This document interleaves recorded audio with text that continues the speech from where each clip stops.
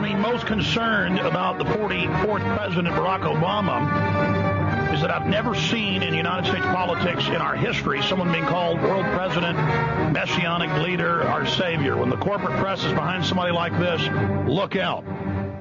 Congressman Ron Paul joins us out of the gates for his analysis, his breakdown.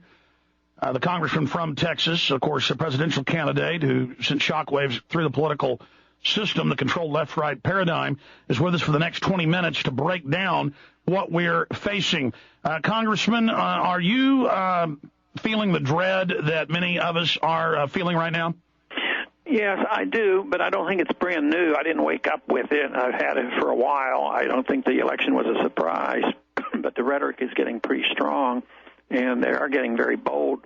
I think McCain was obviously backup candidate in case something happened where Obama didn't win. They'd have been okay. They'd have been satisfied with McCain. But they've been positioning Obama for a long, long time. He's a man of the people, and yet he was the first guy to spend,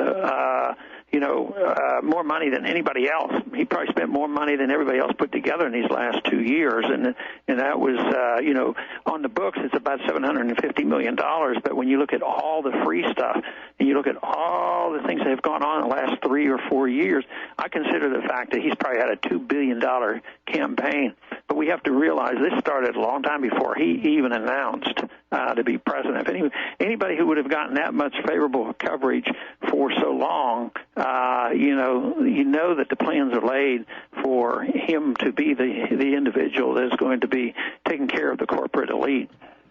Well, he's the guy who helped ram through the banker takeover bill, and now what you predicted and others predicted is happening. They're openly announcing the end of the dollar, a new Bretton Woods, a new world monetary system run by a small group of private international banks. We will buy our carbon credits from them, and Barack Obama is signaled that he will do whatever they say. Yep, and I think there's no doubt about that. He wouldn't be there if he didn't toe the line.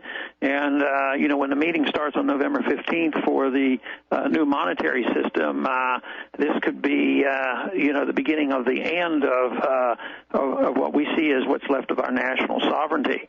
I don't know how long it will take for their announcement. I guess the meeting starts on November 15th, and it won't be November 16th. I think it'll be a little while before the announcement is made and before we fully understand it. But I think the fact that the markets are relatively calm right now and the dollar has not totally crashed is all being orchestrated by all the central banks. The message is out that the dollar is doomed. They can't keep doing it. But I think temporarily they've been able to hold it together, but something has to give.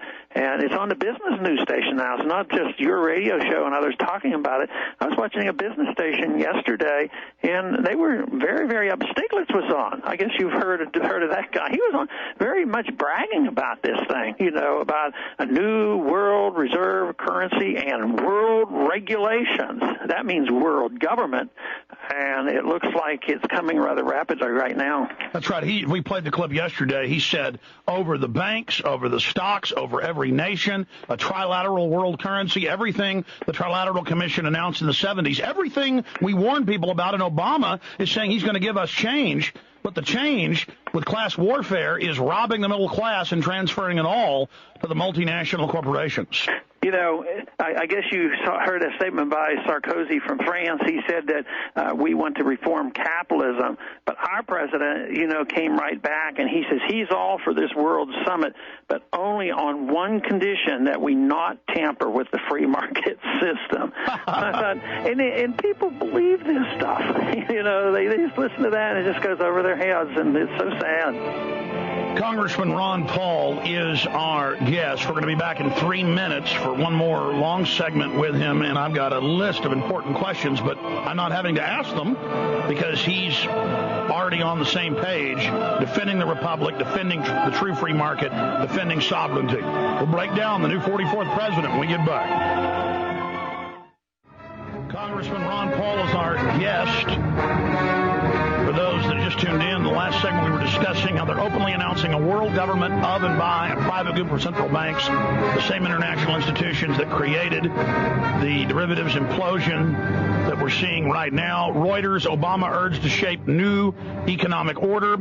Biden, in the last week, his running mate, the new vice president-elect, has called for world government twice last week and a new world order. Everything we told you decades ago, you are now seeing it. So they move out the old puppet Bush.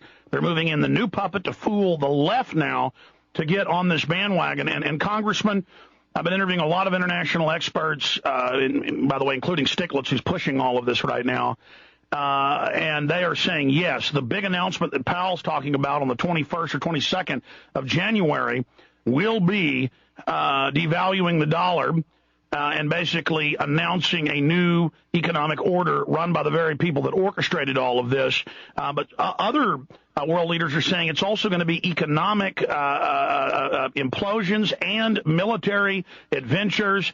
Pakistan. What is this huge event where they're naming dates but then won't tell us what it is?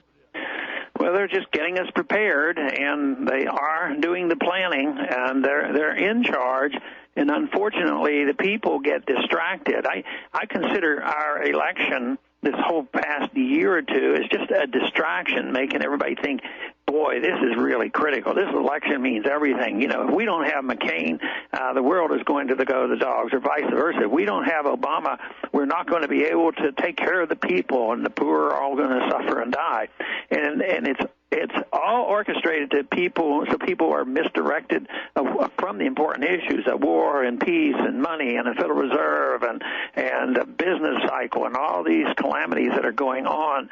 So they don't want us to know, and by the time we do know and figure it out, then it's so hard to reverse the trend. You know, it's sort of like the Patriot Act should have been defeated before we passed it. Once it's passed, it's really tough to repeal laws like that. Congressman Powell is saying the 21st, the 22nd. Others are naming that date.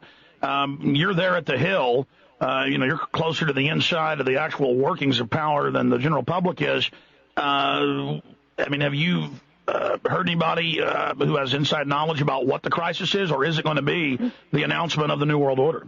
Well, I think it's going to be an announcement of a new monetary order, and they'll probably make it sound as very limited. They're not going to say this is world government, even though if you control the world money and you control the military, which they do indirectly, they do control the world. They're mainly interested in controlling the money and natural resources. And right now it's not in the hands of private property owners. Here in Texas, we develop natural resources pretty much by private property ownership, and we all survive rather well. But compare that to what happens in Alaska. But what happens when it's a world central bank, worldwide regulation, and world control of the whole system of all the commodities and all the natural resources? What else can you call that other than world government? And it's going to be controlled by the very financial institutions that orchestrated the controlled crisis. And they're openly saying, for those that don't know, and I'd like the Congressman to comment on this, but these IMF and World Bank chiefs, the head of the International Bank of Settlements, Treasury secretaries, others, Fed chairmen, are saying that we will pay different stock taxes, different derivatives taxes, different taxes on the stock market transactions, and there's going to be world carbon taxes that you buy from this group of banks. I mean, that is total control, and as Barack Obama said, he's going to bankrupt the coal industry that gives us 49% of our power. This is the neo-feudal model. Yeah, it is. It's indirect control. They're not going to own the coal mines, but and the coal processes. What they do is just tax you, and they can control us. And I've argued the case that we don't have private property in this country anymore because we have all the responsibility and liability. But can you use your land without getting permission? You have to get 20 permits to use your own land. And in order to stay on the land, you have to pay huge taxes. So we pay rent to stay on our own property. Can't use unless you get government control and government permission. But here now the permission isn't going to just come from Austin or just come from Washington. Now we're going to have to go to La Hague or wherever they control things. And the big thing here is it slows things up so much. I imagine a few of them think that they'll be able to manage this and we'll be able to help take care of everybody, but obviously that isn't the case. They're going to make this world a lot poorer. So Obama is the Pied Piper after 8 years of George Bush and all of his New World Order policies to lead America into the New World Order. That's why Newsweek's calling him the president of the world. They're calling him that in British and German and French newspapers.